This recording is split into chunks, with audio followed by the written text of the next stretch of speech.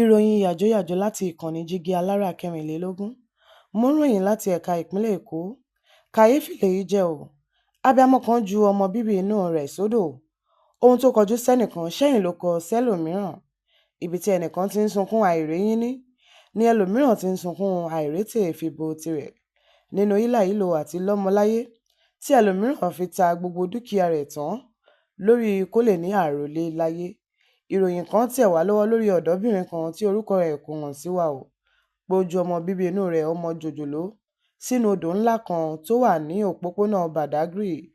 Lórí àròyé kò sówó kò sóúnjẹ wípé gbogbo rẹ̀ ló ti sún òun kó tó di pé àwọn ẹlẹ́yinjú àánú kan nínú fọ́nrán tó gba ayélujára kan bọ́ sínú odò jìgà láti dóòlà ẹ̀mí ọmọ náà lẹ́yìn tí ọmọ náà ti lò bí ìṣẹ́jú 3 nínú odò. Tó kì í dùn kó pọ̀.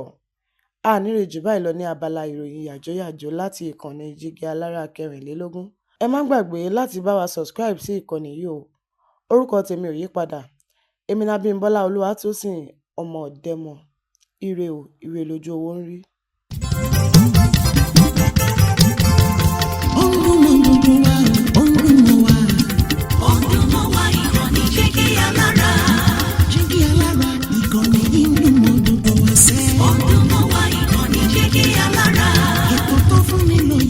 Ètò tó máa ní lọ́yẹ̀ wà ń bẹ̀. Ọdún mọ́ wá ìkànnì Jígí Alára. Ìròyìn lóríṣiríṣi tàbí mọ bó ṣe ń lọ láwùjọ.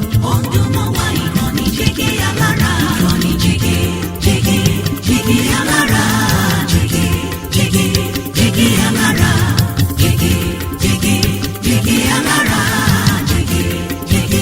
Jígí Alára.